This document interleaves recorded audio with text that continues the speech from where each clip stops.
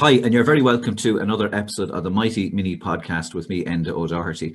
I'm having a great time doing these podcasts. I should have made a list of people that had great things in life to contribute. And to be honest, I've been a bit selfish. I've said it a few times. I've interviewed mainly people that I'm fascinated by, interested in, or have come across in my life journey. And I think I'd like to share some of their knowledge, wisdom, and information that they have about their life and life experience with you. Can I just say too, I want to thank everybody who has supported the podcast so far. If you've clicked play, if you've sent it to a friend, if you've shared it, if you've made a comment on it, and if you want to, if there's guests you'd like to see me have on, or if there's particular questions you'd like me to ask people, or any feedback, I'd love if you could email me, and you can find that link on my website, endodoherty.ie. So the gentleman I have on today, and I use that word, he is a real gentleman. Sometimes in Ireland we use that word as a put down, teachers do, now gentlemen, sit down and be quiet. But a real gentleman. I'm delighted to have fantastic teacher, an amazing father, a husband.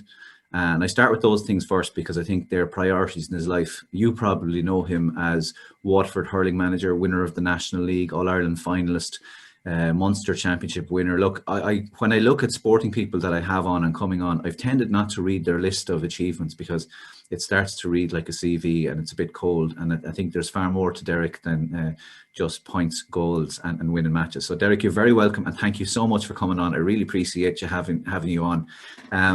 Interviewing you or chatting to you on the podcast, it's a bit of a strange one because I can clearly see you in a school uniform in first year. I can see you painting the gates of De La Salle College during your summer holidays with a big pot of paint and covered from top to toe. And I see the same man doing the Sunday game on television. I see the same man with his own kids, or I see the same man now 20-something years teaching. So it's a strange interview for me because I've seen that development, that change of you as a person. And I wanted to start, I suppose, the podcast today particularly and offer my condolences at the recent passing of your dad, which from personal experience, losing a parent, it's just cataclysmic. It's just so hard to deal with. People say I'm the spit of my dad. I sound like my mother, but I'm the image of my dad. I wanted to ease you in with a really nice, easy question, Derek. I wanted to ask you this. I want to say, how much of an influence, how much of your dad is in you and will continue to be in your sons? Yeah, delighted to be here anyway. Thanks a million for having me on. And as you said, yeah, the first question, I suppose, it's I would hope to kind of to have all of them in me. Unfortunately, I don't have all of them in me. So, if I was to describe my dad, he's extremely patient man, very humble, hardworking. So I think I'm hardworking. I think I've retained some of his traits, but I struggle with other parts of, I sometimes say to myself, Jesus, I wish I was more like my father in these situations. I watched my father 50 years married to my mother and brilliant relationship, but I don't think he actually even raised his voice ever in his life. And sometimes I'm not creating a picture now where I'm kind of demonic here at home where I'm shouting at people, etc. I'm not, or even in school, but I'm probably not. I'm patient. I actually am quite patient, but I'm reactive a little bit at times, and I'd like to have that patience. And I think my father's wisdom, if you like, he was just very wise. He'd often be a situation where mom would clearly be wrong at home, and he'd just give me the wink and the nod, like, and kind of say nothing approach. You know what I mean? And it wasn't that he felt that he couldn't make his point. It was more kind of just the best solution based kind of way of progress here is actually to say nothing. He'd actually be 2 steps ahead, and he wouldn't engage in an argument really just for it didn't mean he was kind of a pushover either. It was, so sometimes I can have a tendency to kind of maybe not to bite, but to kind of come back sometimes with something, and then I think to myself, no, I shouldn't have said anything there. And so I think in terms of, I would often say to my lads here now at home, Oren, for instance, my smallest lad, he's 7. You probably met him on the corridor in the morning on our way to school some mornings, and he's a character now, Oren, and he'd often say to me, "You're not as nice as Granddad." It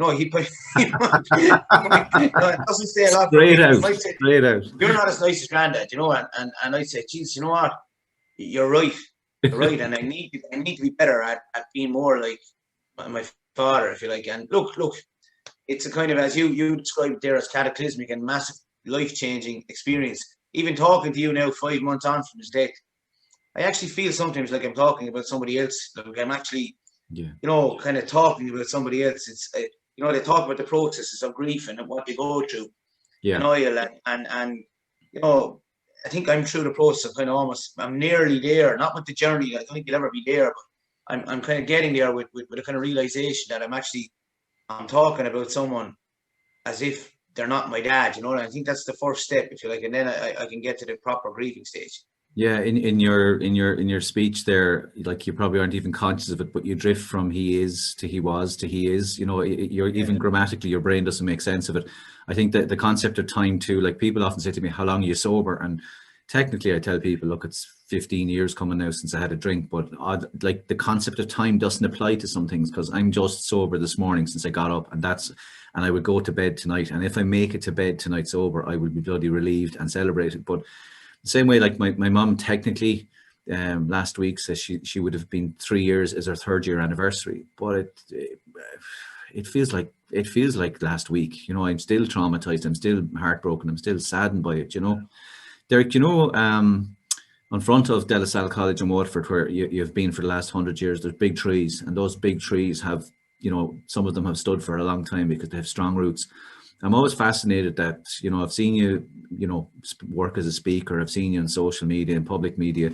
You're always very proud of your roots. I rarely hear you not mention the fact that you grew up in Ballybeg. And for people who live outside of Waterford, you might fill them in a little bit about the dynamics of the city and why you're so proud of your roots.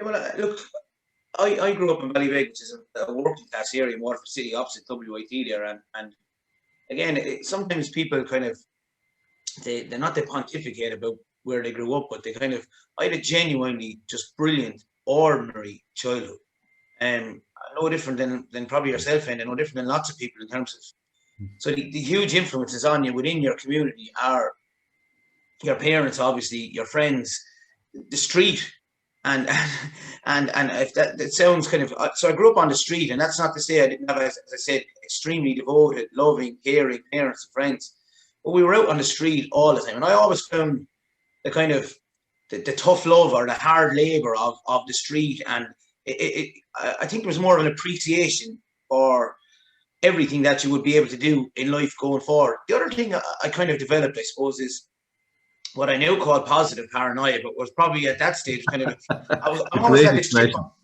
I almost had this chip on my shoulder about, like, you know, that sometimes you would kind of hear a theory kind of espoused that look, sure, you're from a certain area and you won't be able to do anything with your life, and you'll go the normal route of, you know, I feel like of straight from school into you know, straight to work, if you like, and you mightn't pursue a college career. And in fairness to my parents and lots of people in the area where I grew up are similar in that you kind of get this chip on your shoulder and you kind of a siege mentality. Is, geez, I'll prove people wrong now and I'll go for it. And I think the one point I'll make is that your appreciation for things as you grow up then and what your parents did for you and do for you within the situation. I'm sure there's loads of parents or loads of guys that have come from working class backgrounds that their parents, when you're going to college, they're borrowing in the credit union. Nothing is easy. My father, for instance, I remember he was playing in a band at night time. He was, you know, he was delivering bread. He was working with Rent-A-Kill. He was different things, and he worked in the night time. And so nothing was easy. So I think when nothing is easy, the reciprocated kind of benefits of that are you feel like a genuine appreciation. So I remember at my wedding, you thank your parents for what they've done for you financially, emotionally, you know, spiritually, but you genuinely mean it. And I think I got everything I wanted when I was growing up, everything, but yet I wasn't spoiled, if that makes sense. You know, you kind of don't get this, you don't get the feeling that you're kind of a spoiled brat. You say, Jesus, I really appreciate that. So the knock-on effect, to go back to your really first question, is we do everything here for our kids, no different than you do for your lads. You know, you beg, borrow, and steal where necessary, and you kind of you get them over the line. You can do what you can for your kids. Yeah. But you want them to have a sense of appreciation for the overall picture. So yeah, undoubtedly, community of Ballybeg, growing up in the area, we actually moved to another area in Waterford City when I was 16 or 17, and I remember absolutely crying over having to leave the parish in terms of the, you know, my friends, where I was growing up, just the street. No, I just loved it there. I loved the mischief of it. I loved the characters I was friends with. We just had the best of times, you know. And I remember even COVID regulations were in place for obviously my dad's funeral, but I remember outside the church, I remember coming across 5, 6 really good friends that I'd grown up with in Ballybeg, just all there.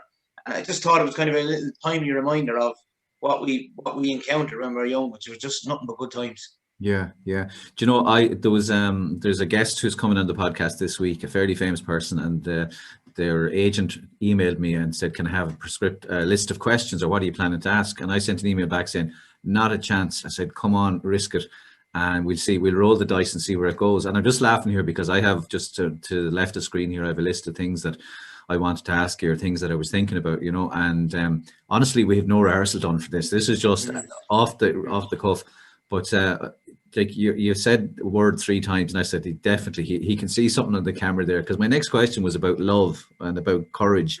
And you know, I as an addict, as an alcoholic, I recognize addiction instantly in people, and I see you as a 100% bona fide not an alcoholic, a bona fide addicted to hurling. And you have a love of hurling that I've only seen maybe a deep, passionate love of hurling that I've only ever seen, or sport that I've only seen maybe in 2 or 3 people, and Dermot Dooley would definitely match that. He's even worse than you, I think. But talk to me a little bit about that, Derek. Like, at what stage did you realize this is life for me? It's not a sport. This is my interest, my passion, my job, my leisure activity. At what point did you realize that it was, you know, your addiction, and that you love it? And at what point, you know, how important is it to you still? Yeah, it's everything to me, really. To be honest with you, it's a mixture of passion and you know, I had a conversation actually, ironically, with Anthony Daly on last Sunday, when I was talking off air about hurling. I said, geez, for a game that we love so much, it can mess your head up at times as well. If that makes sense. You know, oh, we love it, but sometimes you can kind of think about it so much, and you want success so much, I suppose. And, you know, probably another kind of, you know, question around the definition of success in the long term, and the constant quest for that, if you like, in terms of but yeah, look, it was formulated again by parents at a young age. When it became really serious, I suppose, was when I was around 11, 12, where I actually realised I'm quite talented at that. Then I went through a kind of a stage where I was almost this teenage prodigy. You described me there and coming into Delascal College in 1989 or later. I started in first year in 89. You know, I had a full head of blonde hair and I was about 10 stone. So I think things can change fairly radically over time. So, you know, so I was kind of, as I said, I was probably had a really, really flourishing underage career, and the sky was the limit, if you like. And there was a little bit of a tailing off then when I got to, you know, 19 and 20. I was on the senior panel. Different things actually have a big influence on you, right? So, obviously the correlation between teaching and managing and coaching. And I always felt, God, there's a little niche there that I think I'd be good at, but I'd like to get involved in. And the second scenario presented itself, whereas my earlier brilliance as a young player was starting to taper off, and I wasn't quite getting my own way that I would have had when I was younger, and I didn't persevere with that. You mentioned courage earlier on. I didn't, you know, I persevered to the extent where I was on the senior panel from 95, 96, 97, 98, but only played kind of 2 championship matches. And I soon began to realise, you know, that, you know, teaching and coaching might be the way for me to pursue excellence, if you like. The playing side of it, I still ended up playing Fitzgibbon and playing with my club for 20 years, and you know, that kind of stuff. I'm probably downplaying what I was able to do as a club player and a county player, but I didn't persevere enough, I think, and that was kind of I was almost afraid of failure, if you like. You know, as a player, I was afraid of, and I kind of hid behind that, which is something I would have learned from. I think we all can do that at times. I think we've all hidden behind a kind of a possible outcome-based, you know, failure, if you like, in the eyes of people. And we wonder, I often say to my first year well-being students, if you like, I say, how many, hands up guys, how many people here have worried over the years about what someone thinks of them? And nearly, to a man, every hand was up. Yeah. You know, and I probably fell into that bracket even at 17, 18, 19, 20. Began to worry what other people thought of me. And that thing can be a very draining, worrying kind of experience. I'm not saying you shouldn't take people's advice, but I think if we can reach a stage in life where we're genuinely kind of, we know our own self to the point where we're not that we're not worried about what people say, but we're single-minded enough to kind of leave people in, but also to take them or to shut them out at times as well. I think it's a good place to be. So I've learned, I think, even through my sabbatical away from the inter-county management over the last couple of years, I still am as obsessed about hurling. I've used the time to kind of maybe better myself educationally, and I've used the time to probably say, right, this is what I do if I did it again. So I think there's learnings in that for us all in any walk of life. Yeah, I think that, the whole concept of fear, for like someone who suffers anxiety attacks periodically still, and depression, I've learned to have to master fear in it literally manifests itself in my life physically, in that, you'd have to go to the toilet, or you'd throw up, or you literally couldn't speak. Or I can remember at my worst, like I couldn't swallow a glass of water. If people can imagine what that feels like. But I was talking to my daughter actually yesterday. She had to apply for something, and she was a bit reticent, and like that she was like, God, am I good enough, or what will they say? And I said to her, I said, do this, and she said, oh, that's easy for you. And I said, no, it's not easy for me. I said, but what I've managed to do in the last few years is, for me, is, the old test, Eric, where you go to the doctor and they hit you on the knee and your knee shoots out the reflex. Yes. I've actually coached myself a reflex for fear, that the minute I am fearful or doubt myself or I'm anxious about something, I accelerate at 200 miles an hour towards that action or that person or that thing. And there's no pause anymore. The minute it's like, when you eat something bitter, your eyes close, or puts pepper up your nose, you have no choice, you sneeze. I have no choice now. When I experience fear now, I run at it. And, I was just looking at the logo there for the podcast behind my head there, the Mighty Mini Podcast. And I had a moment there when you were talking, I was going, what does he think he is? Not a hair in his head and a big grey beard in him. And here he is, the guru now with his podcast, and he's a motivational speaker. And all those negative voices flooded in. And I remember starting out the podcast like, geez, how do you share a podcast? How do you record it? How do you make music? How do you make and that fear, if I didn't control it, that's a flood of I suppose for me, it's like a barrier. It stops me taking that flow. At least I've managed now to have that reflex where I can go at it and do stuff, and there's a couple of things on that end, just jump in as you say it, because they're kind of fresh. A very good mentor of mine, a guy called Tom Brennan. I was talking to him the other day, and we're talking for about 40 minutes, and we're just talking about business and setting up business, and he talked about the whole concept of fear. What are the risks involved in setting up a new business, etc. And he said, the greatest risk is actually not setting up the business or not going for it. Yeah. The greatest risk is actually not going for it, which is, it might take me 45 years to get to this whole concept, but at least if you're there and you keep searching for it. The other point I'd make is the point you made already about courage. And anecdotally, I'll tell a story here. Like, most people are familiar with the work of Brené Brown, like Daring Greatly, and she has a great Netflix documentary called The Courage.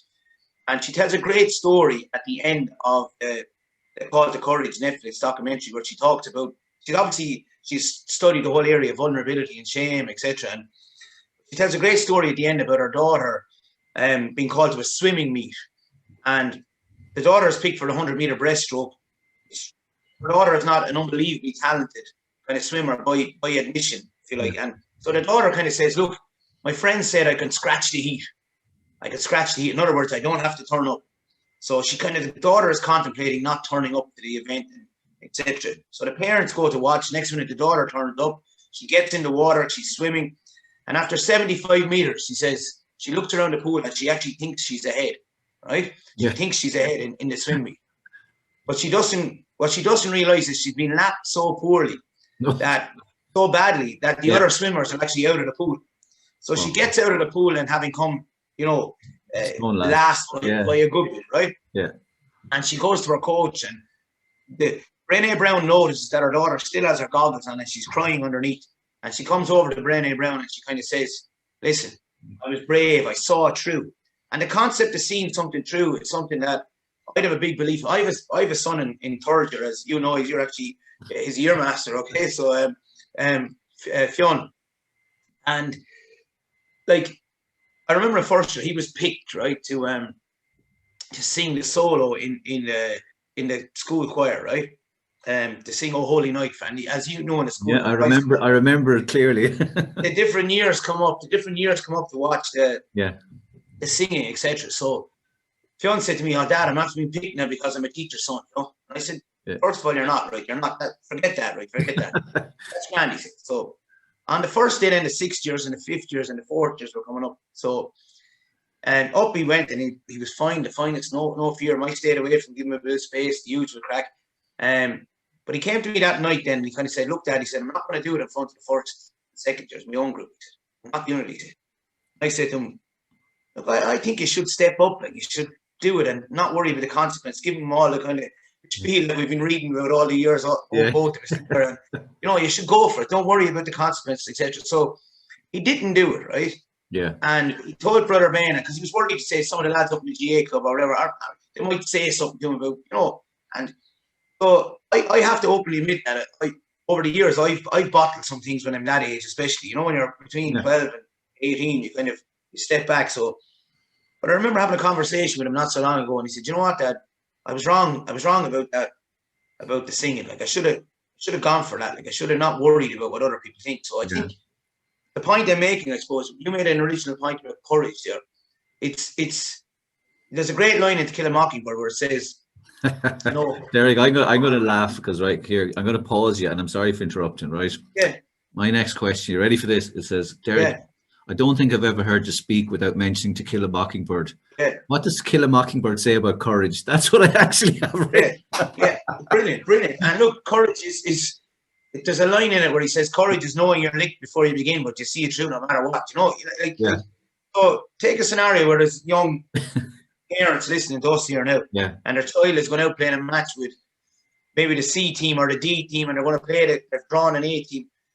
It's about seeing it through, like persevering and showing that grit that Angela Duckworth talks about right to the end. And I think, you know, if we can get our children, if we can get ourselves to that stage where we can see something through. It's like even at the end of my tenure with Waterford, we did difficult last year, but we saw it through. I think that was, I was very proud of that last match against Cork. There was nothing at stake. We lost a lot of our players through injury, but we saw it through with our principles remaining till the end. And I think there's something in that, like, you know, as regards, that kind of ability to be able to, you know, see it through, if you like. I think that it's very important. A lot of people, you know, past pupils, particularly when they mention you to me, you know, they have great affection for you, and they say, "Oh, he was a great teacher." But knowing you from the inside out too, I will usually reply when we're talking about you behind your back. I say he's a great learner, and you have a massive hunger for reading and information and different sports and different managers. And it's, I suppose it's evident too, right, all the way across, you know, your love of literature, your love of movies.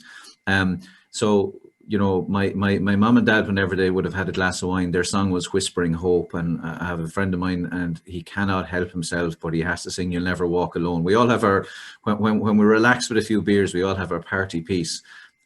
Yours, I'm not sure if you know yours, but yours, I heard you when you've had a beer or two, and apart from having a fantastic singing voice, you start quoting the Shawshank Redemption. It's Andy Dufresne. Why do you love that movie so much, Derek? What is it about the Shawshank that sticks with you? Because it's something I've heard you say for years, and it's funny. If you're stressed, or not even a glass of wine, or if you're, I've been in your presence where someone in work has said something annoying or stupid, and the next thing is you'll hit me with a Shawshank quote, and I'd be walking away laughing. You know. Well, there's a couple of things in it. Firstly, I think in many ways some of us become institutionalized at some part of our life, whether it's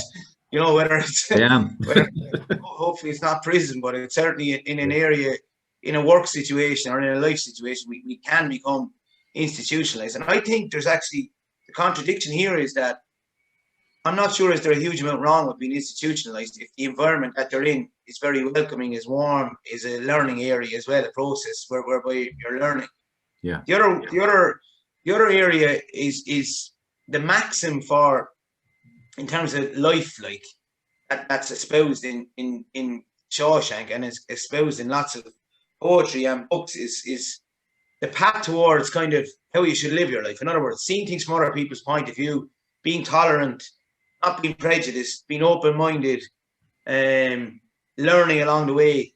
And the reality is, in some scenarios, this can lead to injustice, like it does for Andy Dufresne. It actually leads to injustice, like it does for Tom Robinson and Kill a Mockingbird, like it does in lots of scenarios. Yeah.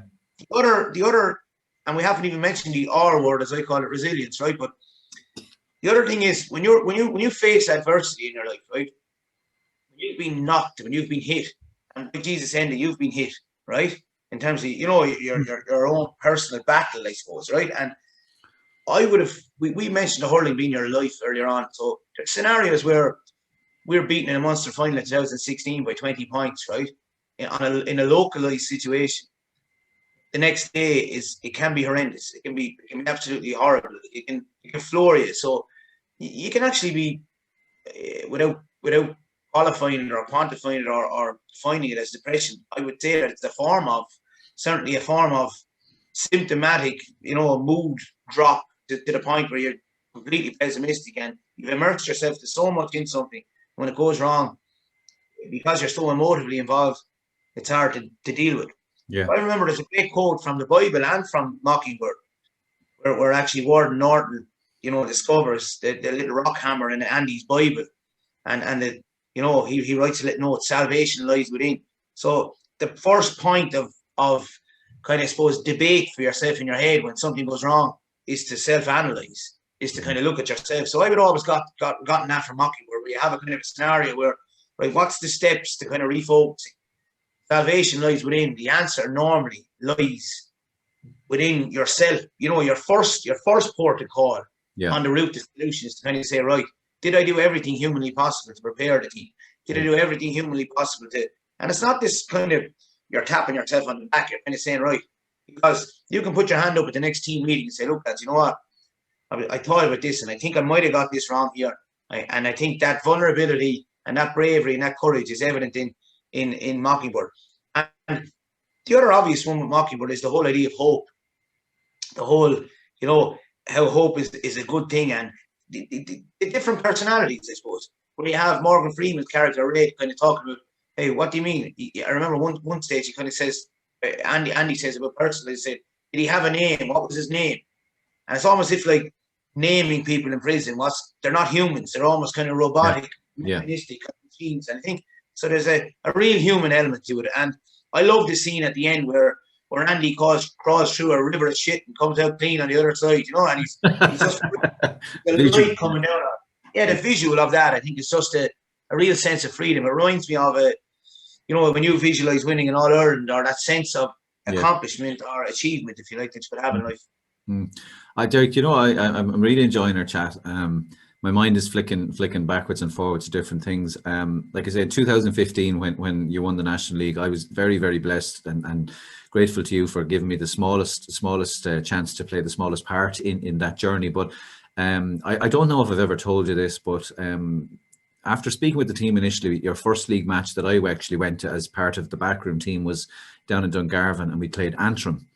And there was great tension beforehand, and it was Antrim were putting it up to Waterford for the first half, and then Waterford, I think it was 16 or 17 points, Waterford won out in the end. But I saw you in action, which most people never see. I saw real passion, real desire to win, desperation to win, energy, everything that you'd want in a leader in the dressing room. But it's funny, for people who haven't been in that environment, and I had never been in an elite sporting atmosphere like that, the players went back out at half time, and my phone rang. It was my wife, and she said, how are you getting on? And I said, I'm not well. And she said, what's wrong?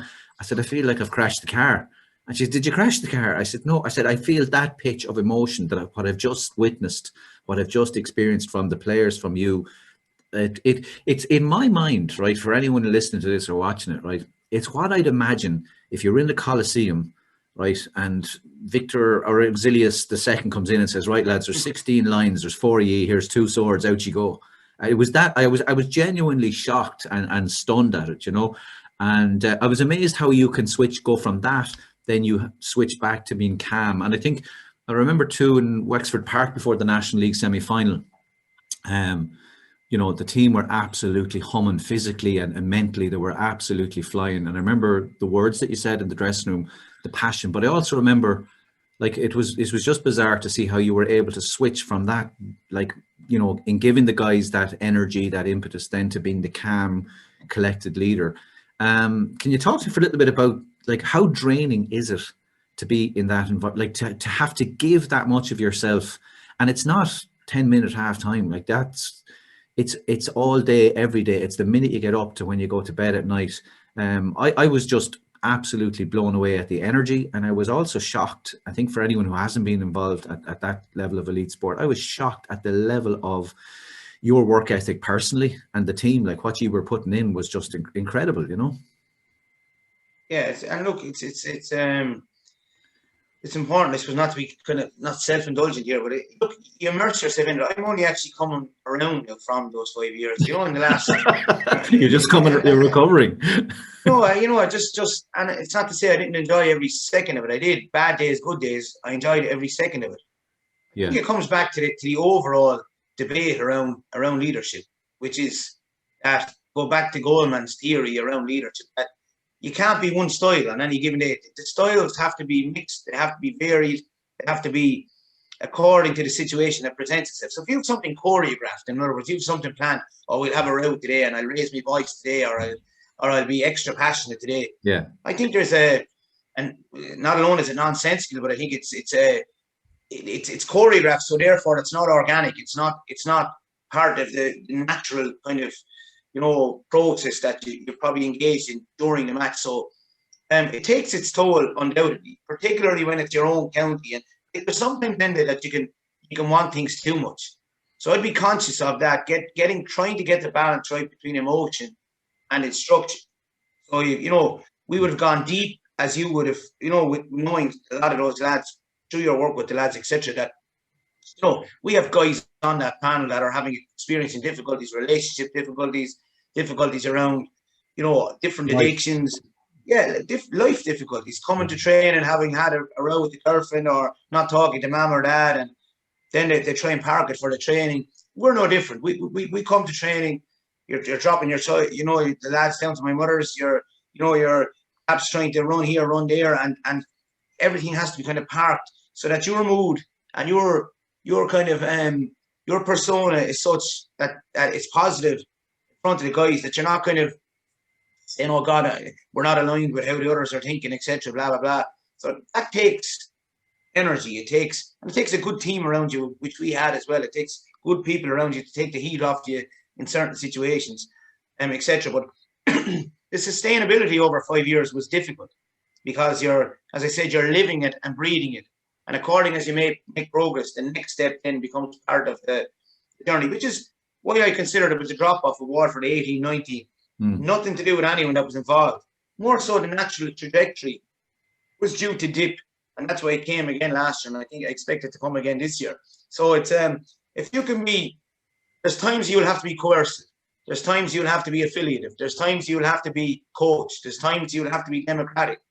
But I think anyone that's only one style only is like I'll let you listen to a contradiction. Like, you can be absolutely compassionate and ruthless when you're dealing with management. Yeah, it's brilliant. I hear people saying, people too close to the players, or, you know, it doesn't mean that balance between support and challenge is the key thing, I think, for any manager, leader, coach. You know, how do you absolutely kind of support the guys, show them that you care, show them that you love them, show them that you'll go to war for them, that you'll do anything for them, but also how do you challenge them? So you're talking about your video analysis, you're talking about your physical development, you're talking about your mental capacity to develop, and how you get that balance right is hugely important, because otherwise you'll be in a fix if you deal with just one way all the time. It's not sustainable to be coercive, for instance, all the time. Look at any dictatorship over the years. You get 4 or 5 years out of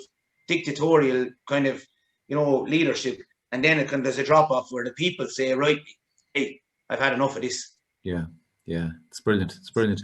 Derek, there's I often, you know, in my own work as a speaker, and you're working in the same environment, people often ask me about mindset of winners, and, you know, setting goals and how you achieve them. And where I'm sitting right now, I just had a flashback, because my wife used to correct the Leaving Cert geography exam papers here, and remember a couple of years ago, I had been mulling over, could I do an Ironman, 4-kilometer swim, 180k on the bike, 44k run. And I doubted and was consumed with fear. And I remember at the very spot I'm sitting right now, I came in with a cup of coffee and she said, will you do me a favor? And I said, what's that? And she said, she handed me the credit card and she said, will you go and enter that race? Now it was €500 entry, but the very fact that I took the action, and the next action was I put on Facebook or on my social media that I was going to do an Ironman. And because I declared publicly a goal, there was now an associated responsibility on me to get my fat ass on the bike, eat less, move more, and to scrape myself across the finish line of an Ironman, which I subsequently did. And like I often say to people, particularly young people, and when I'm working with a sporting or a business team, like be overt, like straight out, what do you want to do? When are you doing it? How are you going to achieve it? And now go and do it. Because I think sometimes I find people,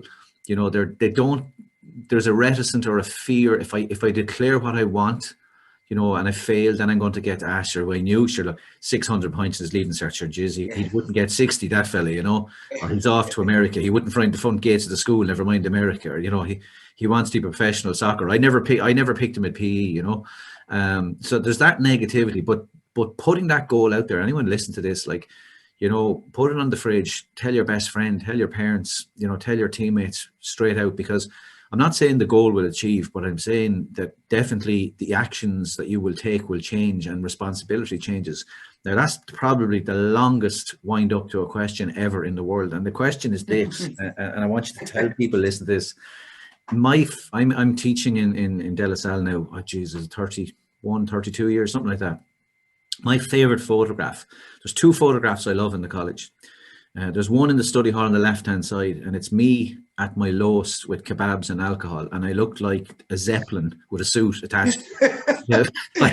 My eyes are gone. I've got that much fat. I remember it was Cheltenham week, and we won the Munster School Championship, and I would have been in the pub for 5 solid days. You'd be sacked for it now, but I was takeaway for lunch, takeaway for dinner, and non-stop pints. That photograph reminds me of where I've come, and it's funny, people sometimes laugh at it or slag me or say, Jesus, that's not you, and I'm really proud of it because it's what I escaped from. But my second favorite photograph is a photograph of graffiti that you wrote in the handball alley in De La Salle College. Can you tell people who won't have seen that graffiti about posting goals and about the madness of what you did with a can of paint? Yeah, well, look, I suppose first of all, the dream, I suppose, was Hardy Cup. For anyone that's not listening, it hadn't been won in Waterford since I think it was 56. Mount Sinai won it in 56, or 50.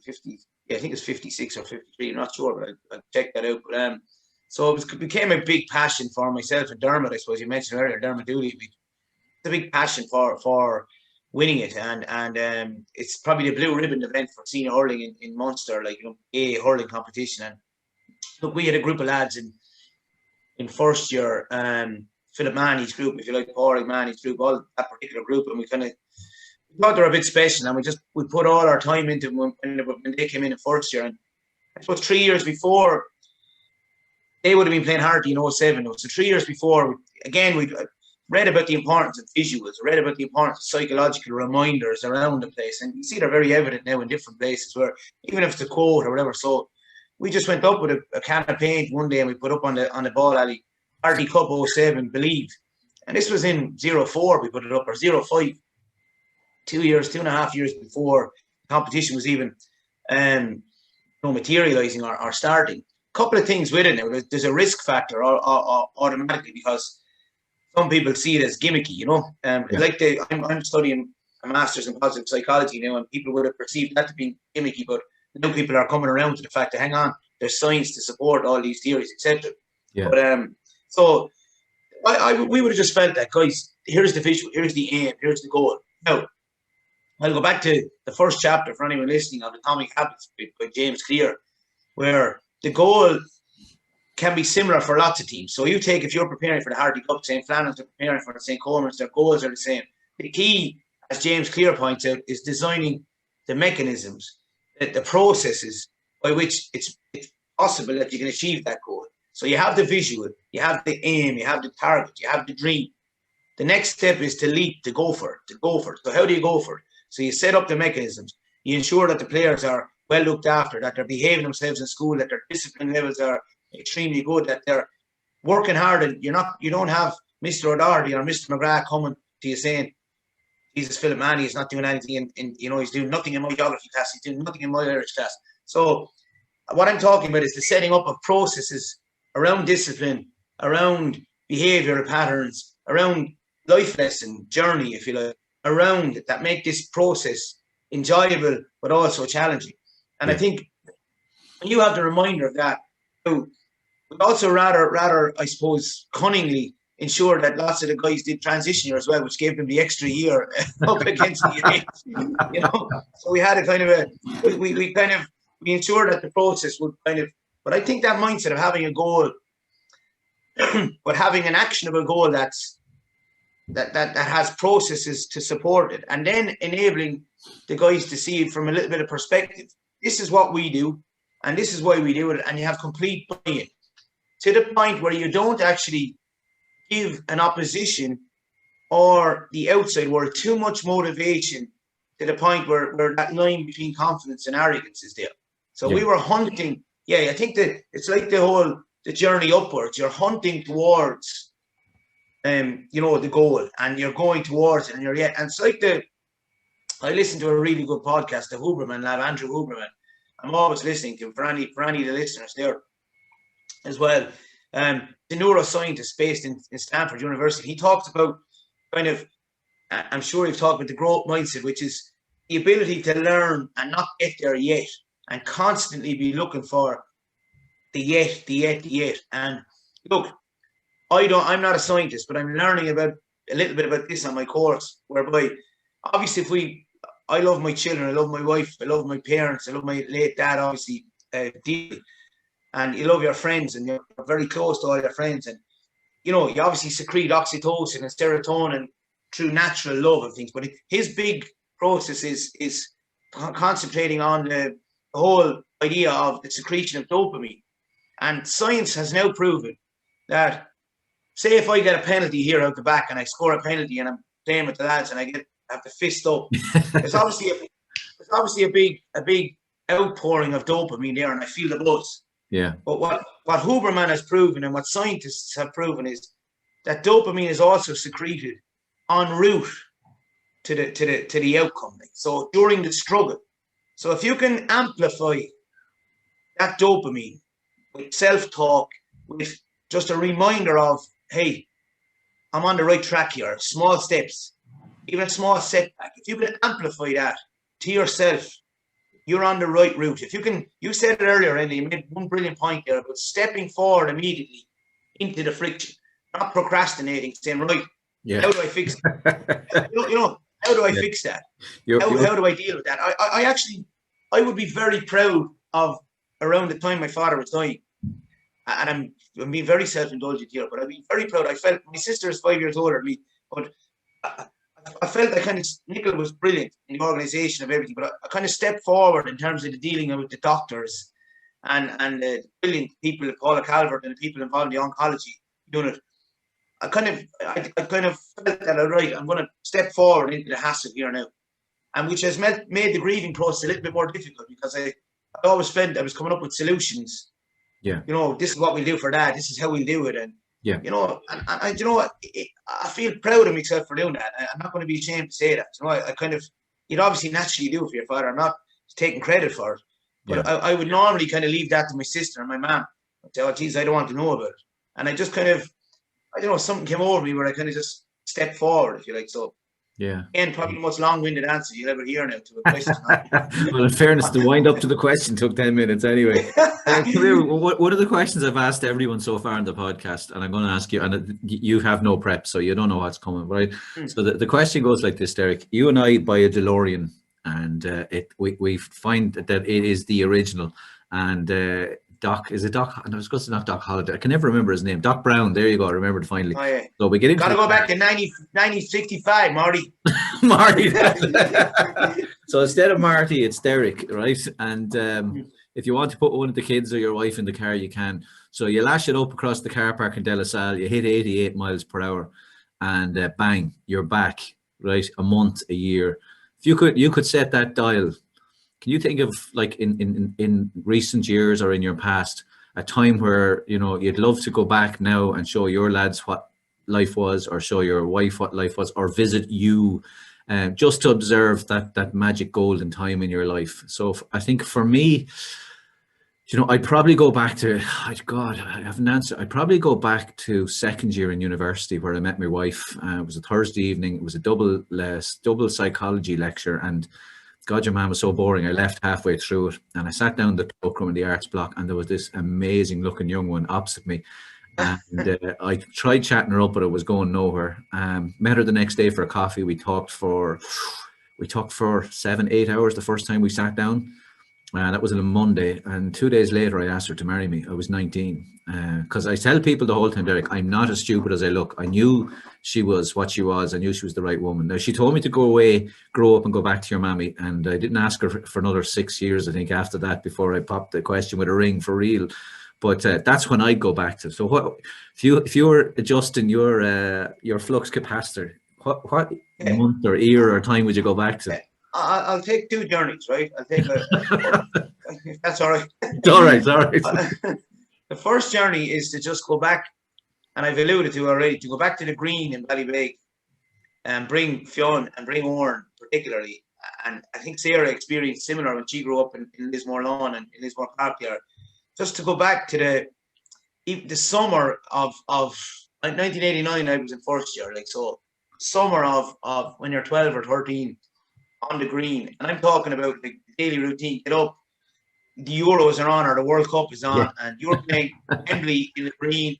You're playing Wembley in the green. You're playing skills. You're playing other areas in Ballybeg, and you're arranging a match for that particular night. And some kind neighbour comes out with a big jug of my waddy, and you're just sitting there, you know. And I know it sounds madly kind of innocent now.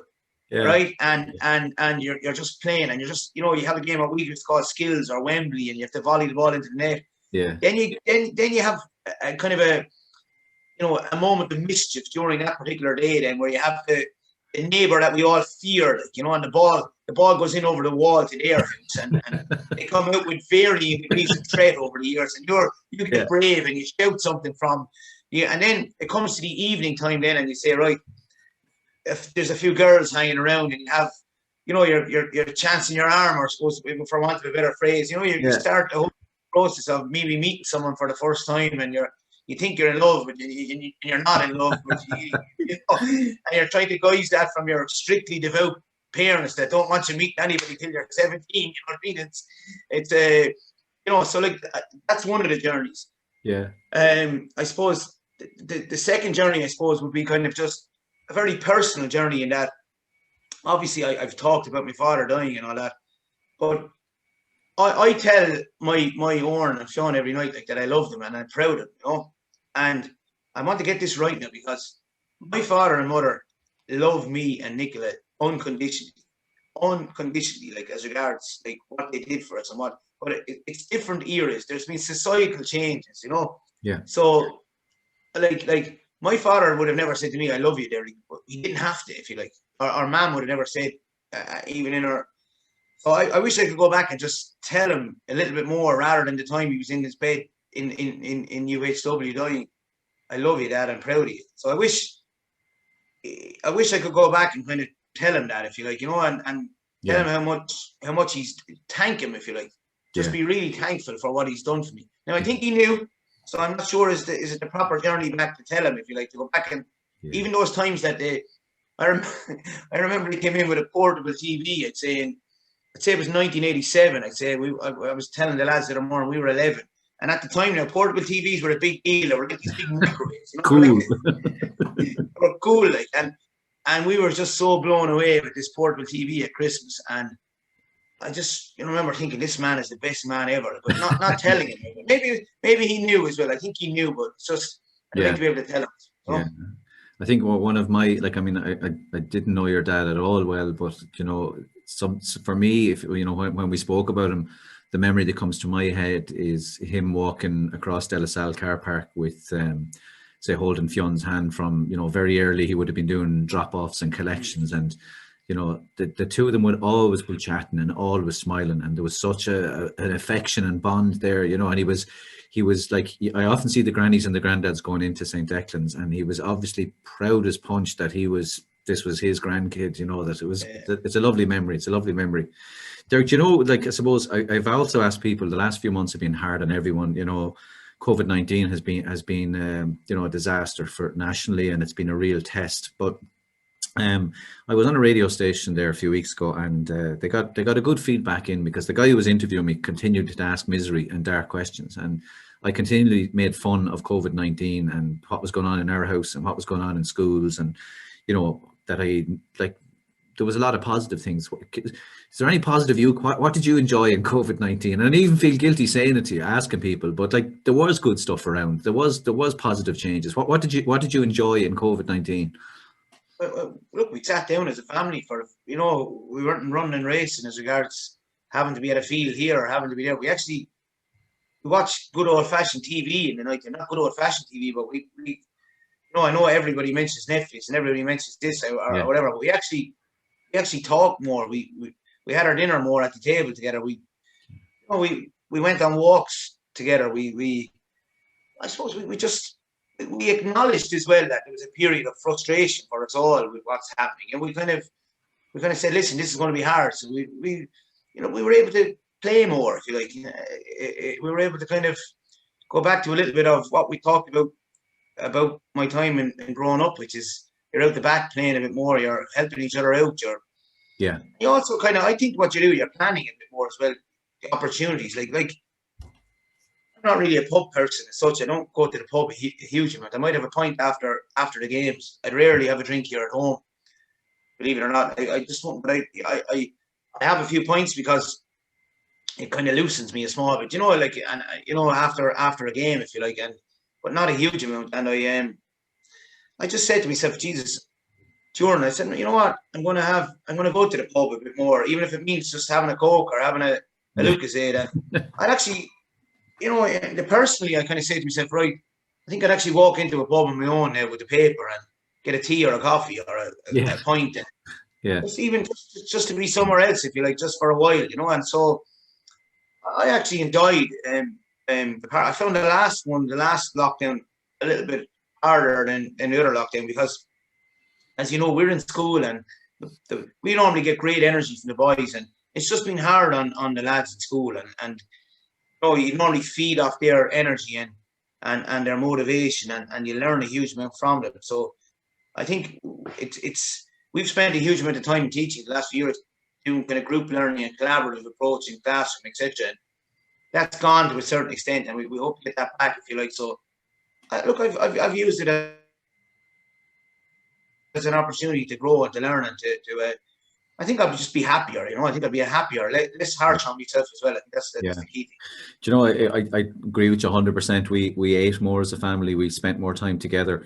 I learned a lot, you know. I drove a lot less. I actually stopped to think, which I don't do. You know, I actually sat down, like I go to the garden with a notebook and just sit there and write down some ideas or plans and stuff I had. But do you know what struck me too is that we're so programmed for the paranoia and for the negative, and like I remember watching the news there at one stage during lockdown. They were saying, like, you know, there's no way barbers will be open for the next 6 months, and I was like, Jesus, the barbers aren't open. Now, for anyone watching this on YouTube, well, you and I are not in great need of barbers, right? But I was actually genuinely getting like stressed that the barbers weren't open, and then, you know, they were saying the churches won't open, and like, I believe in a God, but I'm not in any way religious or anything like that. And here I was panicking the churches weren't open, and then they were saying the pubs won't be open, and sure, like, I mean, I'm probably Waterford's best known alcoholic, and here I was, you know, worrying the pubs were open. You know, it reminded me of, I heard Robert Carley talking in Suicide or Survive, SOS, the charity he was involved with, and I remember listening to him talk one day, and he said he gets up in the morning and he realized he was listening to the news, and the first thing in the news was the price of the yen has gone down 10%. And he sat on the edge of his bed and he went, Jesus Christ, the yen has gone down 10%. And then he realized he didn't know what a yen was, or he didn't know how much it was worth, and he was just buying into this negativity. So I had to fight that. I had to stop scrolling, and I had to stop, I suppose, what do they call it? Doom scrolling, like looking for the bad news and feeding your brain on it, and had to go the other direction. And I think, like, I mean, Google technology is wonderful if we use it right. My Google Maps popped up one day and it really focused me. You know, I was doing a lot of work speaking around the country, and the month before lockdown, I spent 80 hours that month in the car. That's excluding writing, presenting, teaching, media, book promotion. That was just driving. And the next month I did 20 minutes, which was up to Tesco to collect the groceries and back, you know. Yeah. And, you know, we have to take lessons, you have to take learnings from it, you know. Um, I think, you know, the one great thing about this podcast is I've learned new skills, but I've also had great learnings.